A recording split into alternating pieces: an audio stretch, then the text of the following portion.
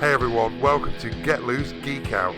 Don't forget to like and subscribe as we chew through our topic of the week every week, 3 days a week. So join me, James, Mike and our good friend Alan as we chew through our chosen geeky topic of the week. Don't forget also to find our main podcast, and you can see where you can find it right here.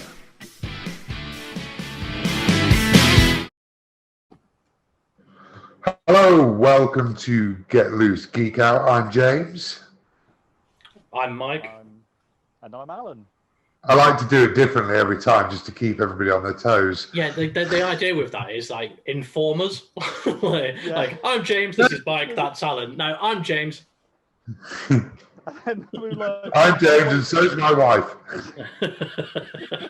I was waiting for James, and then I was like, "Oh well, maybe Mike will go," and then both might go at the same time. It's great. I like to see the look of panic in your eyes. Yeah, headlines. Like, what's he doing? Like some sort of dramatic pause. Yeah, I am William Shatner. There's something on the wing. Something. You'll all be pleased to know that Mike and I have had a Snickers and we've kissed and made up from our argument last week.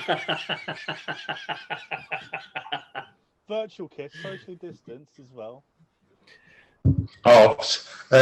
So this week we're moving on to Room 101, which, if you're not familiar with the format, it is where you pick 3 things and you basically chuck them in the bin.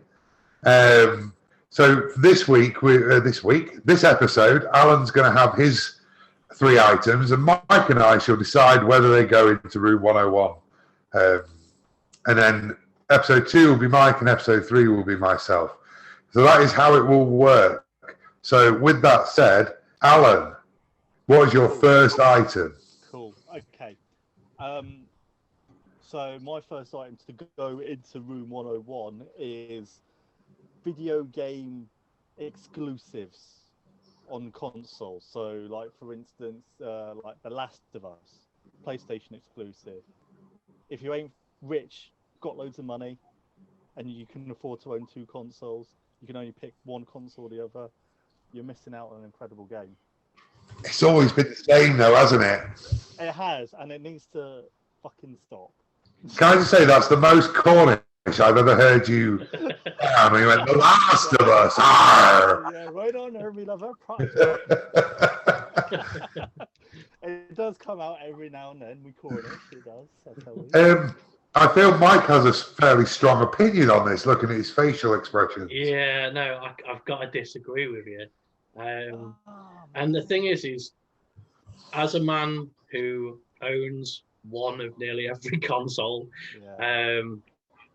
I can see the bonus of having exclusive games per console. Whilst I don't completely agree with it, I do prefer things that way. Like if you want to play Last of Us, if you want to play Spider-Man, get a PlayStation. If you want to play Gears of War, if you want to play Halo, get an Xbox.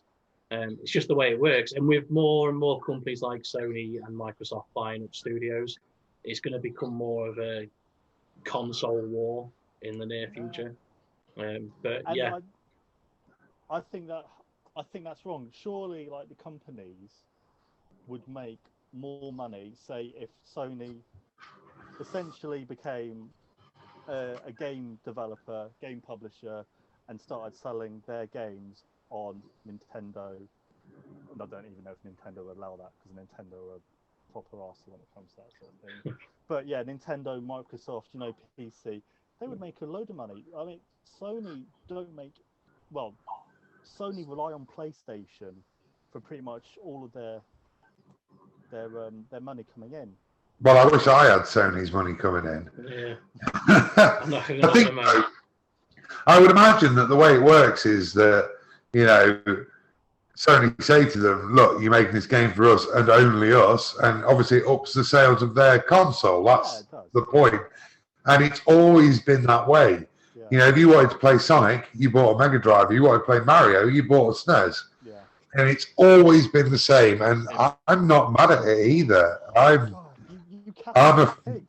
I'm sorry, but I just think there has to be some different. Otherwise, you might as well just have one console. I think that would be fine. I mean, Yeah, but it's never going to happen. You say that, but I think we're in the next few years we're coming to the end of having physical consoles. Internet speed is getting to a point where streaming games is becoming better and better every year. Well, this internet speed needs to make its way out here. Oh, okay. And out here.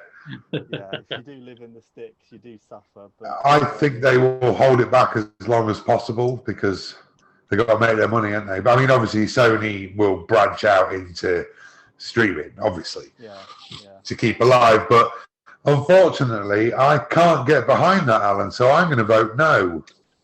I'm also going to vote no. Boo. It stays. Sorry. Number 2.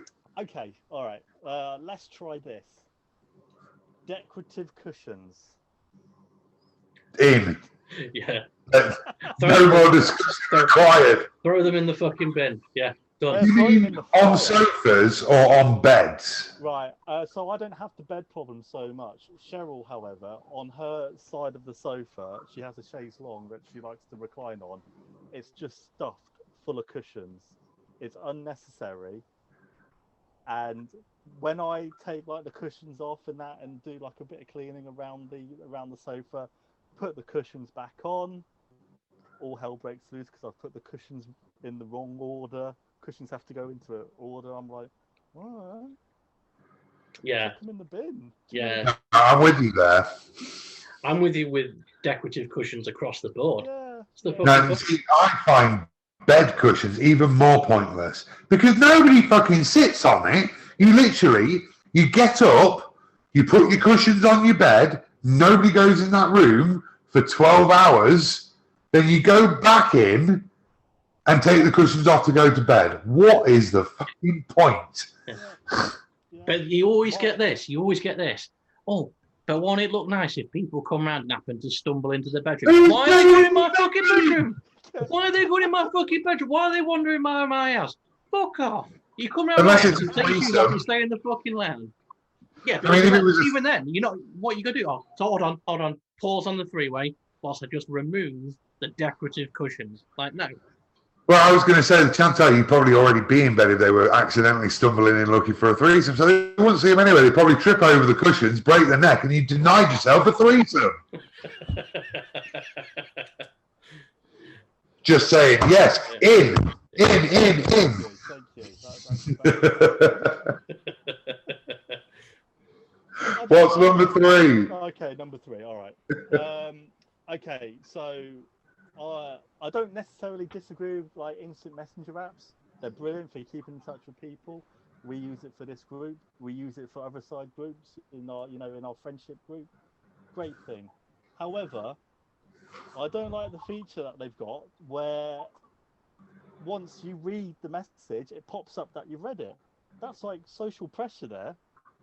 I'm like, I don't want people knowing when I've read a message. I will respond to that message when I'm good and ready. And now you're putting pressure on me to respond to that message. Oh no, you're one of those. I'm one of those. You see, I get upset when somebody reads a message and doesn't respond. Because you've taken the time to read the message, just respond. Or, if you don't want me to know you've read it, just scroll the top bar of your phone. Yeah. And go, oh, James, I can't be asked to talk to him. And then don't read it properly. But this is part of the problem.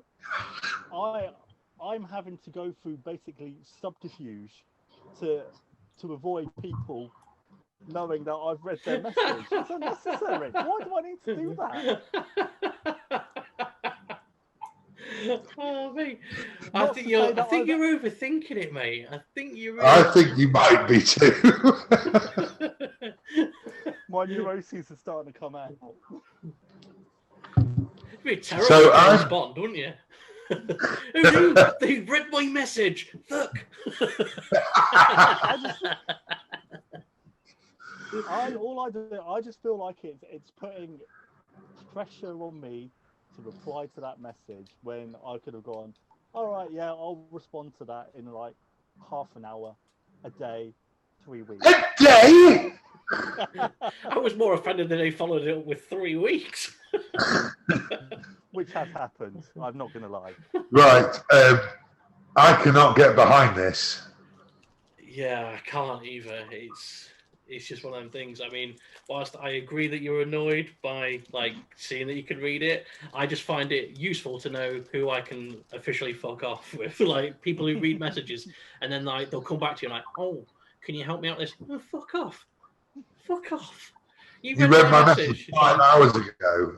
Not even that, like you read my message like 20 minutes ago. And now you want my help with something after I asked you an innocent question with regards to something. No, fuck you. To be fair, I get pissed off if it's like a minute and they've read it and they haven't replied. I get annoyed. But at least see the little typey tick, tick, tick, you know. Yeah. So sorry, Alan. But at least decorative cushions made it in. Yeah, 1 out of 3 ain't bad. So let us know in the comments if you think that the other 2 should have gone in as well, or if you've got a hard on for decorative cushions. Feel free to let us know. I think if you have, you really shouldn't be watching these videos. So for now, it's goodbye. Tune in next time for Mike's 3 for Room 101. Say cheerio, chaps. Cheerio, chaps. Thanks for watching. Don't forget to like and subscribe and find the main show, Get Loose, with Mike and myself right here.